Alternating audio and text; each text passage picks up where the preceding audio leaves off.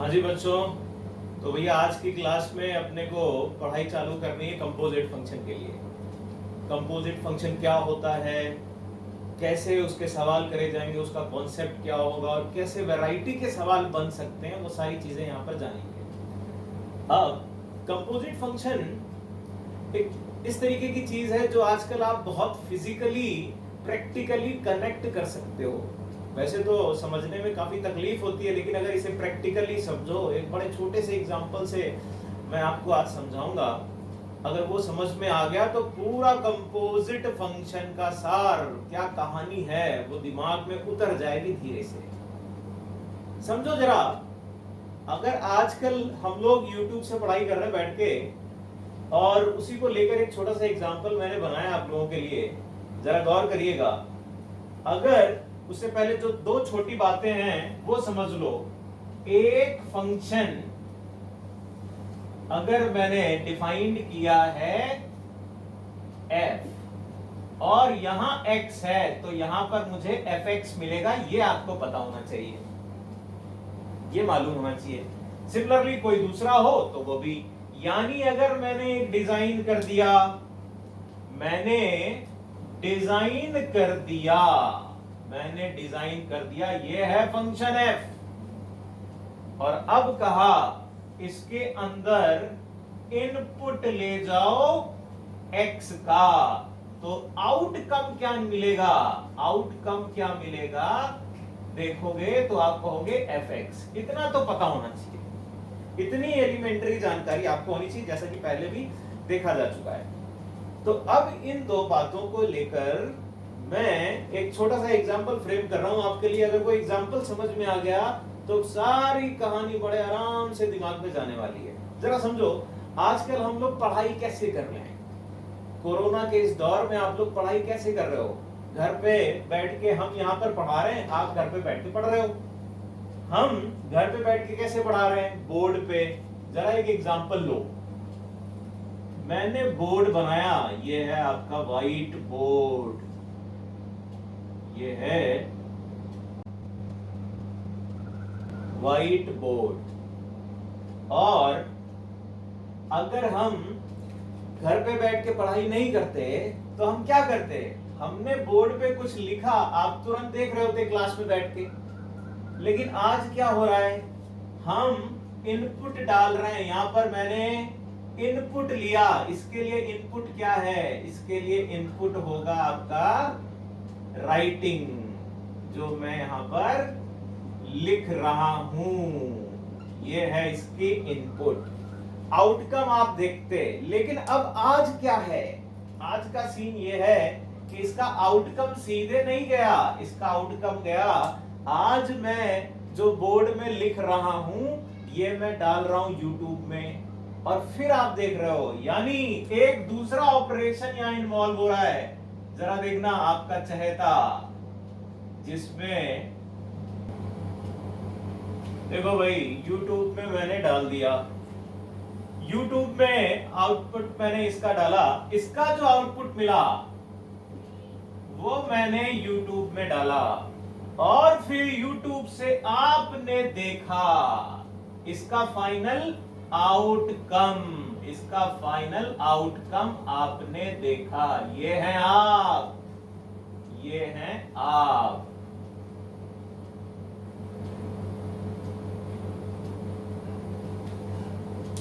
इसको रब कर देते हैं। जरा समझो क्या कहा हमने। अगर हम क्लास में बैठ के पढ़ाई करते तो जो मैंने लिखा तुरंत आपने देख लिया, ये सिंगल फंक्शन था। अगर आप कुछ भी YouTube में कुछ भी देख रहे हैं, कोई गाना देख रहे हैं, कुछ भी देख रहे हैं, वो एक सिंगल फंक्शन है। इन दोनों बातों को मिला दिया। क्या किया? मैंने बोर्ड पे लिखा और फिर उसको रिकॉर्ड करके YouTube में डाला, और फिर आपने देखा। ये दो फंक्शन मिलके कुछ इस तरीके का कंपोजिशन क्रिएट कर रहे हैं, जो कि कंपोजिट फंक्शन बोला जाएगा। ऐसा कुछ भी, कोई भी ऐसी प्रोसेस जो एक से ज्यादा स्टेज में कर रहे हैं हम, पहले किसी एक स्टेज का आउटकम निकाला और फिर दूसरे वाले स्टेज में इनपुट की तरह रखा, ये वाले स्टेज के लिए, इस स्टेज के लिए ये बन गया है इनपुट, इनपुट, और फिर फाइनल आउटकम आपके लिए मिला। ठीक बात है। तो अब जरा इसको कनेक्ट करते हैं। ये तो मैंने फिजिकली बताया, अब इसको डेफिनेशन फॉर्म में अपने काम का कैसा है वो देखने की जरूरत है। जरा देखना, हमने कहा 3 सेट अवेलेबल हैं, सेट ए, सेट बी और सेट सी। ए से बी तक के लिए एफ फंक्शन डिफाइन किया गया, बी सेट से सी सेट के लिए मैंने एक जी फंक्शन डिफाइन कर दिया, और फिर मैंने कहा इसके एलिमेंट एफ में रखो, यानी ये एक्स है, ये एक्स है जो एफ में रखा जाएगा, तो आउटकम क्या मिलेगा, एफ एक्स। वो किस में नजर आएगा, ये वाले सेट में। अब जो आउटकम आया उसको जी वाले में रख दो, फाइनल आउटकम जो आएगा वो सी वाले में नजर आएगा। यही है कंपोजिट फंक्शन। इसको अगर यहां से कनेक्ट करो तो अच्छी बात, नहीं तो सीधे यहां से कनेक्ट करो और आप कहोगे अब पहले x रखा, x ये था, मतलब मैं ऊपर वाले से भी लेते चल रहा हूं, देखना जरा, ये है x इनपुट, और मैंने रखा पहले वाले फंक्शन में, ये है पहला वाला फंक्शन f, और फिर इससे आउटकम क्या मिला, इससे आउटकम मिला f ऑफ x, इससे आउटकम मिला f ऑफ x, और ये है दूसरा वाला फंक्शन जो कि मैंने बोला है g।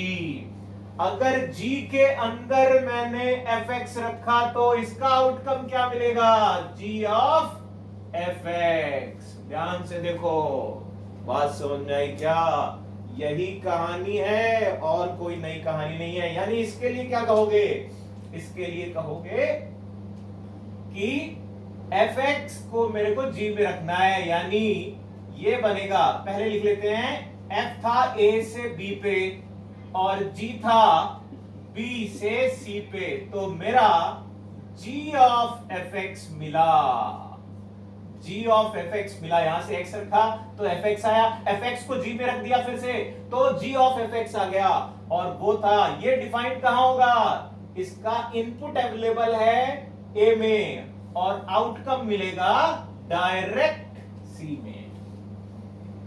यही है कंपोजिट फंक्शन, मतलब दो फंक्शन के अंदर फंक्शन अगर लिखा हो तो इसी को हम कंपोजिट फंक्शन बोलेंगे। पहले कोई x पहले वाले फंक्शन में रखो, फिर उससे जो भी कुछ मिले उसको g वाले में रख दो, यही कहलाता है f of g of fx। इसको इन शॉर्ट लिखते हैं g o f x। इसका रिवर्स वाला भी पॉसिबल है, बनाया जाएगा, वो सब आगे अभी कंडीशन देखेंगे। फिलहाल ये आपको प्रैक्टिकल कनेक्ट करना बहुत जरूरी है कि कंपोजिट फंक्शन है क्या, फिर आगे वाली बातें तो चलेंगी। हम अगर अकेले सीधे क्लास में बैठ के टीवी देख बोर्ड पे पढ़ रहे होते तो वो एक फंक्शन था, और अगर YouTube में कोई गाना आना सुन रहे हैं, कुछ भी कर रहे हैं तो वो एक फंक्शन है। लेकिन अगर दोनों मिला दें तो वो हमारा g ऑफ fx बन गया। ठीक बात है, यही चीज यहां पर है। अब जरा इसकी कंडीशन देखो, क्या ये हर बार ऐसा डिफाइंड हो पाएगा, बनाने को तो बना दिया हमने, लेकिन अब प्रैक्टिकलिटी समझो भाई। प्रैक्टिकलिटी क्या है, ये तुमको दिखेगा कब, तुम जो बैठे हो। अच्छा, इसके लिए हम क्षमा चाहेंगे, आपकी शक्ल से ज्यादा सुंदर बनाया हमने, और पता नहीं ज्यादा सुंदर है कि कम सुंदर है, लेकिन आपकी शक्ल से मुझे लग रहा है कि ज्यादा सुंदर बनाया। तो हाँ, कह रहे थे भैया बताओ जरा, अगर मैं अब इसको इससे कनेक्ट करके यहाँ कंडीशन जनरेट करने जा रहा हूं कि भाई तुमको दिखेगा कब, जब मैं बोर्ड में लिखूंगा सबसे पहली कंडीशन तभी तुमको दिखेगा।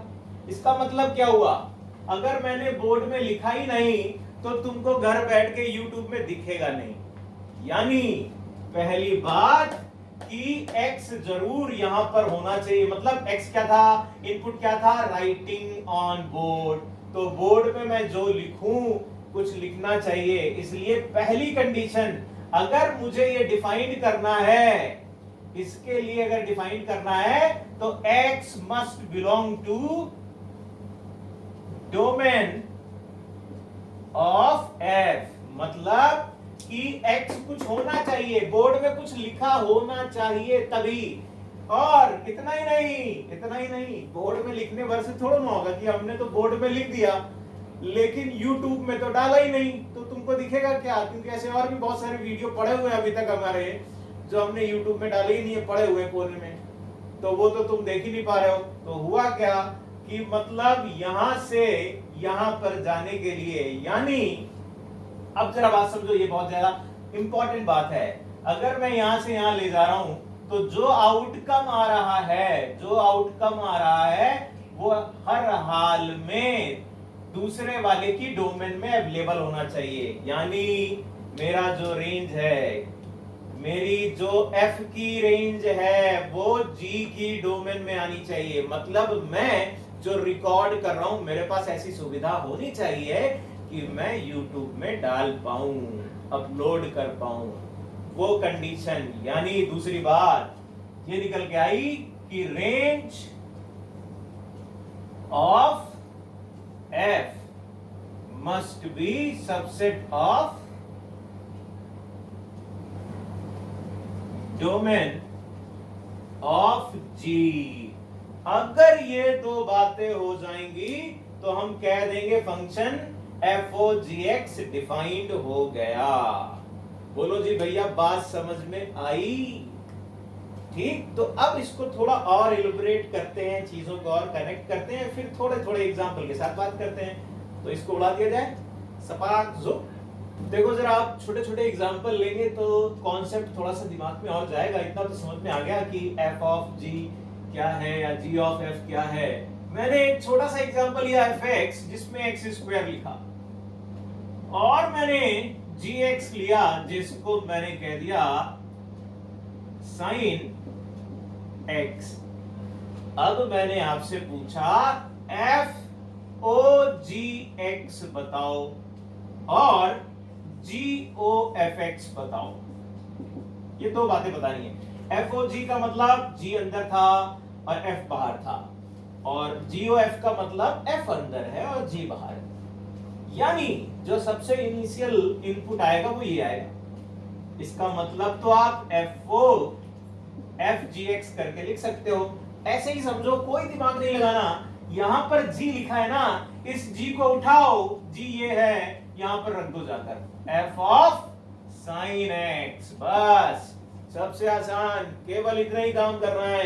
f के अंदर g को धीरे से रख दिया। अब देखो जाकर कि f क्या था।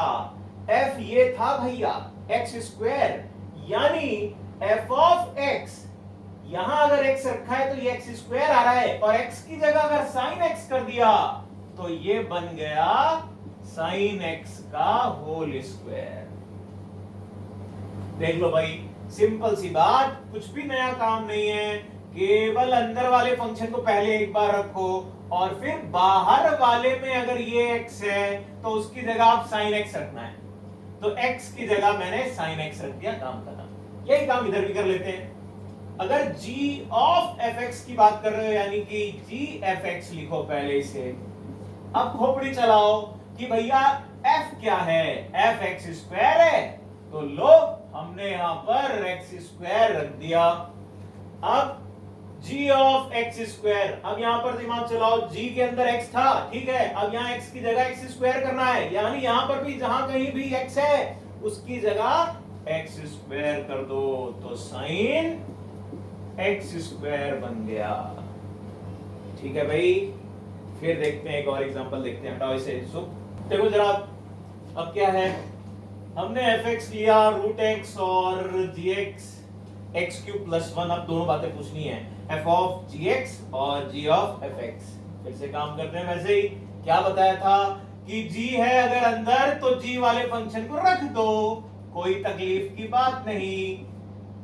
फिर f के अंदर x यहां लिखा हुआ है, ये x है, और उस x को रिप्लेस किसके साथ करना है, x क्यूब प्लस 1 के साथ। तो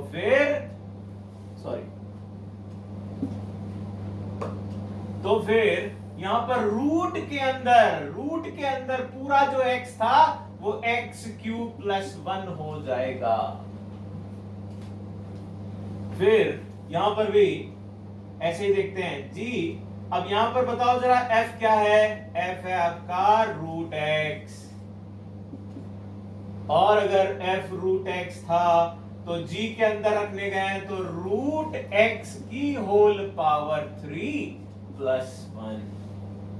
इतना सा काम है, कोई नया काम नहीं, बस धीरे से उठाकर रख देना है। अभी ये इनिशियल लेवल का तो इतना ही दिखता है, आगे तो और भी बहुत सारी बातें हैं, वो करेंगे, हर लेवल तक पहुंचेगी, कोई टेंशन की बात नहीं। लेकिन फिलहाल एलिमेंट्री बात तो मुझे ये दिख रही है कि मेरे को अगर कंपोजिट निकालना है, दोनों फंक्शन अलग अलग दिए हैं, तो इस तरीके से पुट करो, फटाक से आंसर मिल जाएगा। ठीक, एक और एग्जांपल देखते हैं।